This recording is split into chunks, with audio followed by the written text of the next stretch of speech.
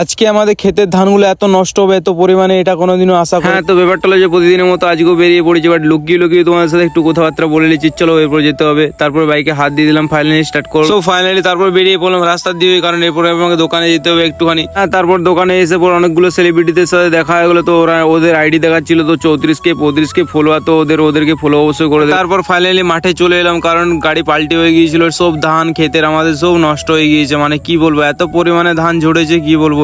দুবার করে গাড়ি লোড করা হয়েছে, দুবার করে গাড়ি লোড করার পরেও এরকম হয়েছে, ঠিক আছে। তো মাইন্ড একদম পুরো খারাপ হয়ে গেছে। তো ফাইনালি লোড করে পর গাড়ি কোনো রকম মাঠ থেকে বার করে দেওয়ার পর মাথায় চুল টুল ঝেড়ে এরপর আমাকে বেরোতে হবে, কারণ দোকান বন্ধ করে চলে এসেছি। বাবা ফোন করেছিল, ডাইরেক্টলি এসেছি। তো ফাইনালি হ্যাঁ বেরিয়ে যাচ্ছি। হ্যাঁ, তারপর ফাইনালি দোকানে চলে এলাম, দোকানে এসে একটু মুখটা দেখি, তারপর একটুখানি বেরিয়ে পড়লাম, কারণ রাত্রেবেলা ছাড়া আমি ঘুরতে যেতে সময় পাই না। হ্যাঁ, তারপর একটা দোকানের দিকে চলে যেতে হবে, কারণ দোকানের দিকে চলে যাওয়ার কারণ হচ্ছে যে আমাকে মাংস নিতে হবে। তো অনেক রাত্রি হয়ে গেছে, তো মাংস পাবো কি পাবো না কোনো গ্যারেন্টি নেই। তো ফাইনালি পেলাম না, মাইন্ডটা খুব খারাপ হয়ে গেল। মানে কি বলবো, মানে এত চেষ্টার পরও পেলাম না। তো ফাইনালি তারপর একটা দোকানে পেলাম, অনেক খোঁজাখুঁজির পর মাংসটা টোটালি ভাবে পেলাম। তো এখানে পেলাম, তো আবার কম পেলাম। তারপরে ফাইনালি যেটুকু পেলাম সেটুকু নিয়ে নিলাম। তো টাকা দিয়ে দেবো, এরপর টাকা দেওয়ার পর বেরোবো। তো ওজন করে নিচ্ছে, তো মোটামুটি 100 টাকার মতো নিলাম। তো 100 টাকার মতো নিলাম বলতে বেশি নিতাম, বাট পেলাম না।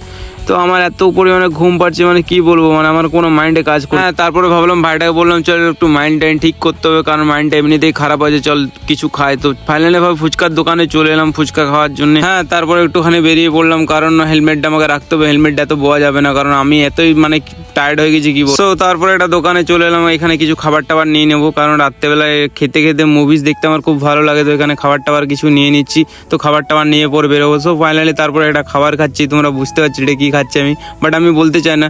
তারপরে এখানে ভাইটা দেখছি গার্লফ্রেন্ডের জন্য রাস্তার এপার থেকে ওপারে চাইছে, দেখছে ওর গার্লফ্রেন্ড কখন এদিকে আসবে। তো এখন অবধি দেখতে পাচ্ছি আমার পিছনে রয়েছে, চেয়েছে দেখছি মানে কখন ওর গার্লফ্রেন্ড ওর কাছকে আসবে। তো ফাইনালি তারপরে বেরিয়ে পড়ছি, কারণ অনেকটা রাত হয়ে গেছে, এরপরে বাড়ি যেতে হবে। হ্যাঁ, তারপরে বাড়িয়েই যাচ্ছিলাম, তারপরে বাড়ি যেতে তো ভাইয়ের সাথে দেখা হয়ে গেলো। তো ঢোলডাঙার মোড়ে আড্ডা মারছে, তো বলছে গার্লফ্রেন্ডের সাথে দেখা করবো। আমি বলি গার্লফ্রেন্ড টার্লফ্রেন্ড বাদ দে, বাড়ি চলে যা, ঠিক আছে, ফাইনাল আমি না করে বাড়ি যা। তো বলছে আমি দোকানে মাল করে যাবো। তো আমি বললাম গাড়ি টাড়ি দেখ, নাহলে এখন দিবে দিয়ে, বলছে না না দেবে না। সো ফাইনালি তারপর বেরিয়ে পড়ছি, ছুটে ছুটে বেরিয়ে পড়ছি, কারণ অনেকটা রাত্রি হয়ে গেছে। বাড়ির থেকে এমনি তো ফোন করছে, ভাইটাকে বললাম চল এরপর চলে যেতে হবে। হ্যাঁ, তারপরে চলে যাচ্ছিলাম, তো ভাইটা বলছে আমি একটা সোয়েটার নেবো। তো তারপরে চলে এসেছি ভি কালেকশনে। হ্যাঁ, তো এসে এখানে একটুখানি মুখটা আমি দেখে নিচ্ছি, কারণ একটু হিরো হিরো ভাব দেখিয়ে নিলাম। তারপরে ভাইটাকে ফাইনালি একটা রেড কালারের সোয়েটার দিল, তো সোয়েটারটা ভাইটা ট্রাই করবে। সো ফাইনালি তারপর ভাইটা সোয়েটারটা পরে নিয়েছে। তো কেমন লাগছে তোমরা অবশ্যই ভিডিওতে কমেন্টে বলবে, ঠিক আছে। তো ভাইটাকে কেমন লাগছে, তো আমার তো প্রচন্ড পরিমাণে ঘুম পাচ্ছে, মানে কি বলবো। তো একটুখানি দোকানি দাদাটার সাথে কথা বলে নিলাম যে তোমার ভিডিওগুলো যেগুলো আমি ছেড়েছি তোমার দোকানের অনেক ভাইরাল হচ্ছে, বলে ঠিক আছে। তারপরে এই সোয়েটারটা যেটা